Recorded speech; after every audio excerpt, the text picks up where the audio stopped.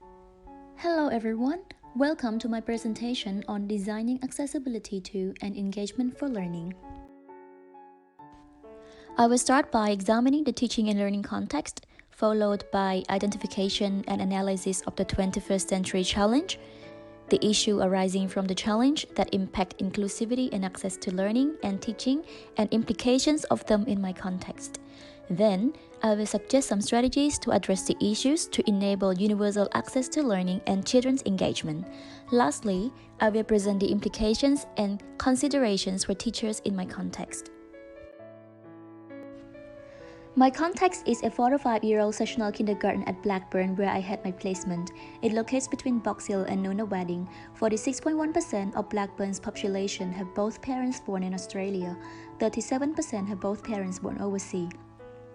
And 0.2% are Aboriginal or Torres Strait Islander people. In my class, there are 20 children who are very culturally diverse.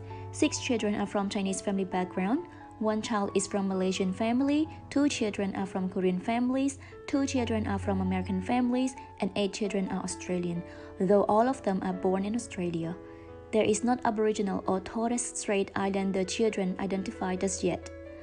In terms of languages spoken, 2 children speak only Mandarin Chinese, 8 children speak both their mother tongues and English, and the rest speak only English. 90% of the class are from middle-class family backgrounds, and 10% are from low socio-economic backgrounds. Regarding their strengths and interests, children in this group are full of curiosity and creativity. They love listening to the stories and doing some artwork like drawing, crafting, painting, and singing. They like both indoor and outdoor play. They are interested in rainbow as they talk to each other about it and put rainbow in their artwork most of the time. They all benefit the most from hands-on learning experiences, and their fine motor skills are very well developed in accordance to their age. The learning challenges for these children are that a few of them have difficulty interacting with peers even if they speak the same languages. Those who speak only Mandarin Chinese only talk to peers who speak Mandarin Chinese due to the language barrier. 1 child has difficulty staying focused on one activity and has been diagnosed with attention deficit disorder, and another child has been diagnosed with speech delay, which influences their learning. Regarding available resources, different hands-on learning experiences are arranged in the classroom to meet the different needs and interests of every child, such as individual, pair, and group playstations. Musical instruments, art materials, blocks, toys are adequately available in the classroom. Technological tools like iPad and camera are also used to take pictures of children's work and activities. Outdoor environment comprises a range of choices for children to choose from. Everything is purposefully set up for children's learning and development. Education nowadays aims at preparing children to function effectively in the fast-changing world of the 21st century, where learning and teaching focus on different 21st century skills, such as problem-solving, creativity, cross-cultural communication, and the use of technology, just to mention a few. My 21st century challenge is the incorporation of technology in early childhood classroom. There was a time when children asked me how many and what colors a rainbow had while we were doing the morning group time. I immediately used the in-class iPad to search for the picture of rainbow on Google to show them, for I thought it was a way to teach them how they could make use of technology to search for what they wanted to know, as it is also one of the 21st century skills. Children was engaged at that moment since the iPad offered new interface that was appealing to them. However, on the same day, I asked them how they thought the rainbow was formed during group discussion. Suddenly, a child suggested Googling it. That response made me question myself whether I was choosing the right way to incorporate technology in early years classroom, and whether it was the right way to foster problem solving and creativity in young learners. Technology can be double-edged sword, as it may bring positive or negative impacts depending on how flexible it is used. Even if technology has been increasingly used in educational settings, teachers still find it hard to effectively embed it into their teaching and learning due to the practical and philosophical issues. It influences teachers' pedagogical decision and the delivery of teaching content. In order to apply this new instructional strategy, teachers need to first learn about it and weave it with the curriculum demands, classroom management, and existing instructional skills. The Early Years Learning Framework states that children at this age learn most effectively through play because play creates zone of proximal development where children's knowledge can be developed only with teacher scaffolding. However, what I did is away from play-based curriculum as it did not engage children in any play experience and the opportunity for teacher-children interaction was lessened. My misimplementation of technology created barriers to learning and teaching in my classroom. Carr suggests that the internet weakens our ability to think critically. So as in my context, children started to form a perception that all they wanted to know were on the internet. They showed a tendency towards over-reliance on the internet, which hinders creativity, problem-solving skills, and social interaction or communication that are also the 21st century skills needed to be fostered in early childhood classroom. Second, technological device may not be accessible or affordable for all families. Two children in my context who are from low socio-economic backgrounds did not have an iPad at home, and their parents did not use smartphones. Therefore, encouraging them to use an iPad at kindergarten to access the information on the internet may excite them for the time they are in class, but causes problem when they go home without an iPad. In this case, the use of technology does not promote educational equity as the access to technology is socially stratified, while inclusive education aims at creating opportunities for all children regardless of their backgrounds. Third, the misuse of technology may have its drawbacks on children's socialization and language development. When children can access information through the internet, they would spend more time working things out on their own rather than seeking help from others. Therefore, the interaction and communication between children and peers, as well as children and adults, will be reduced. My class is a very culturally diverse class, so cross-cultural communication is very crucial as it helps promote sense of identity and intercultural understanding that prepare them for living together peacefully in this diverse world of the 21st century. Most children in my context experience difficulty forming quality peer relationship. So, the use of technology solely may worsen the situation. Instead, teachers should promote more interactions and communications as they can help improve children's language acquisitions and social skills that are important for lifelong learners. In response to the issues, there are some strategies I would recommend in order to foster universal access to learning and children's engagement. Because all children deserve equal access to quality education, Universal Design for Learning was created. Universal Design for Learning involves designing a curriculum that is flexible to cater to the diverse needs and ability of each child in the classroom.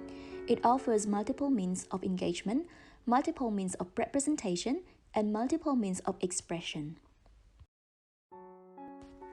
By encouraging children to seek information through the internet, teacher was giving them only one means of knowledge acquisition, and not everyone in the class are accessible to the technological device. Therefore, universal accessibility to learning could not happen, and this engagement is inevitable.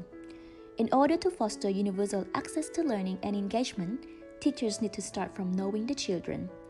Based on my children's curious nature and diverse learning needs, I may provide them with the learning experiences that allows them to explore, observe, and express their understanding in different ways. For instance, children who have difficulty talking but loves drawing or painting can express their understanding about rainbow through painting experience rather than talking. For those who like crafting can explore the colors of rainbow through open-ended crafting experience. Then, how can ICT be leveraged to its potential for the benefit of all children in this classroom? The 2012 position statement of the NAEYC responds to the fast-changing digital age and guides early childhood teachers to how technology and interactive media can be used to increase the chances for young children to develop their cognitive, social, emotional, physical, and linguistic abilities. It has broadened my understanding of the term technological tools, which covers a broad range of devices. Therefore, instead of using iPad to search for information directly, I can use technology in a way that children have the opportunity to communicate with others, and express their ideas by showing them a short story about rainbow using projector, and encourage them to observe as a group to how the rainbow is formed and how many colors a rainbow has. Then, I can raise questions to them to foster discussion afterwards. By doing so, children are encouraged to practice all their skills, such as language, observation, communication, socialization, problem solving, and listening skills, which does not only benefit those with English as a second language, speech delay, or ADD, but everyone in the class. I, the teacher, also have the opportunity to scaffold their learning. After the group discussion, children can explore rainbow colors through open-ended hands-on experience or assess their own learning from the experience in their preferred means of expression as mentioned earlier. Since those are their favorite activities, children are more engaged when the learning experiences reflect their interests and strengths. These strategies can enhance children's attention span and promote behavioral, emotional, and cognitive engagement as well as universal access to learning. Each steps of the experience, such as watching video, group discussion, diverse open-ended hands-on learning experiences, allows teachers to scaffold children's learning on the basis of each child's current knowledge. Children's high-quality thinking can be activated through open-ended tasks, challenging play, and positive interactions with adults, which is in line with socio-cultural perspective that links children's cognitive development to engagement in collaborative thinking with others. A combination of technology, skillful teaching, and complementary curriculum resources helps accelerate learning and reduce the achievement gap between children from low socio-economic families and their more affluent peers.